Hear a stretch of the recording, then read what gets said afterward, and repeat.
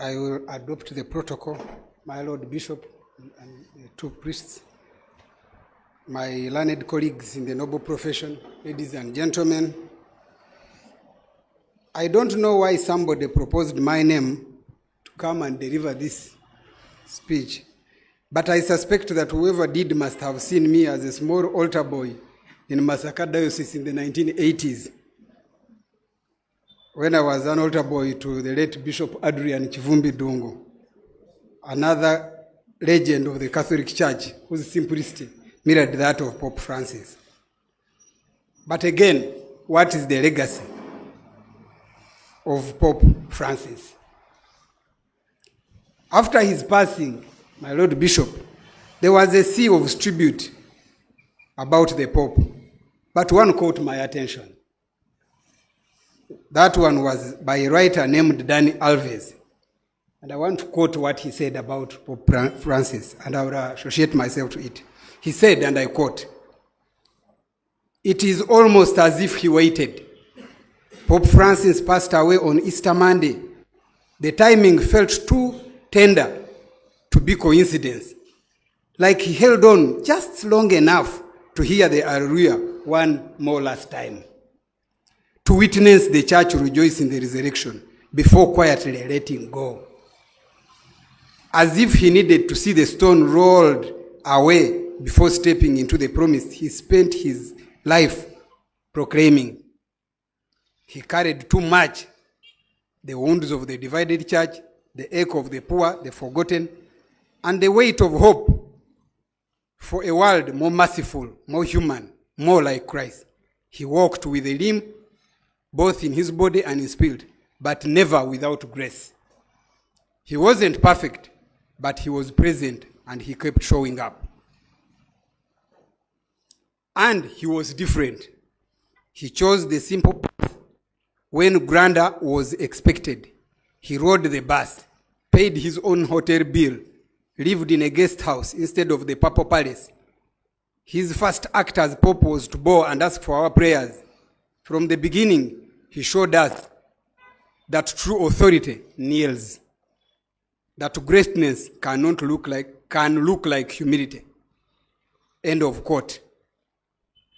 I want to associate myself with that quote, but do a comparison between the legacy of Pope Francis and the legacy of some of our leaders today.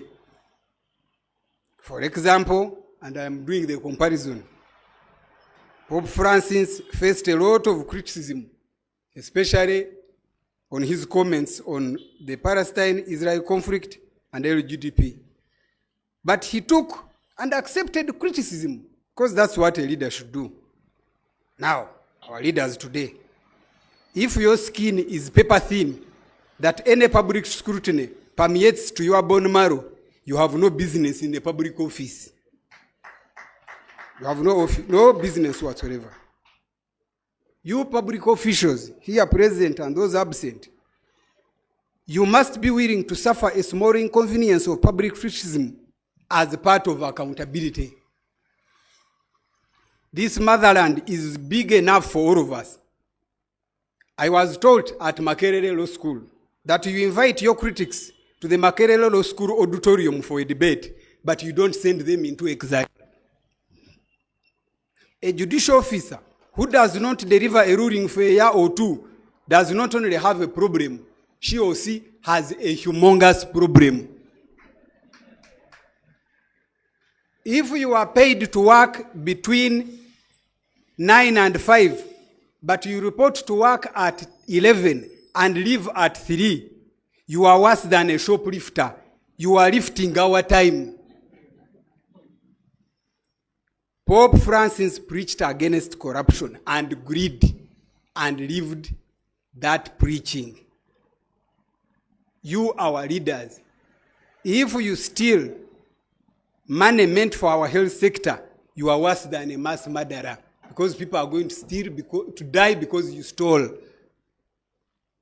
If you are stealing money meant for our roads, as you eat food from that root, please remember the smell of the water in those potholes. Maybe that can make you uncomfortable enough stop stealing and stick to the legacy of Pope Francis. Pope Francis devoted himself to service. Please devote yourself to service of the people and not service of yourself. Like Pope Francis, our leaders must demonstrate simplicity as opposed to opulence. These days, there are more lead cars than ambulances. There are more leaders taking business trips, business class trips around the globe, other than trips to the lowest classes of our society in poor neighborhoods, which was a known habit of Pope Francis. Pope Francis chose to live in a modest guest house next to a lavish papal residence that his predecessors occupied. Our leaders today steal from the poor to build for themselves palaces. That is not his legacy, if we must remember. Pope Francis, in death, he preferred a modest send-off and a simple tomb without ornamentation.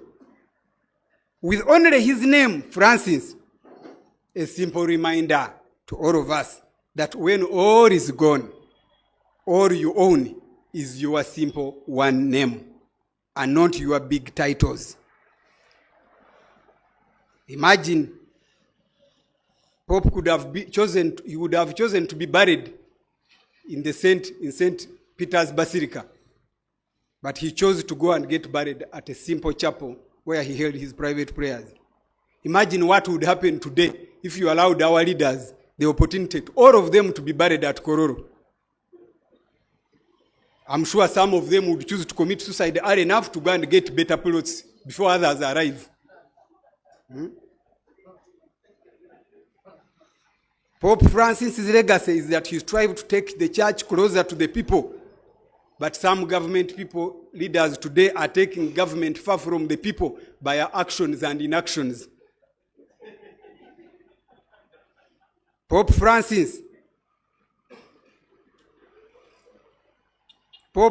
will be replaced in just 20 days. He will be replaced. And certainly, he will not be replaced by his son, daughter, or any relative. If it was our politicians, they would all now have already lined up a relative to replace the other one under the guise of completing the dead politician's agenda. That is not his legacy. Pope Francis championed justice for the poor and vulnerable. But today, one office, particularly in Uganda, has become a clearing agent to lock up thousands of Ugandans. 4 years before trial, they are filling in our jails from Ruzira to Chitaria down. That is not the legacy of Pope Francis. Pope Francis was broad-minded. He asked us to broaden our minds as leaders, and let us do so in Uganda. Broaden our minds and serve our people regardless of clan, creed, or tribe. May the Lord bless the soul of Pope Francis, and may the Lord bless this nation. I thank you.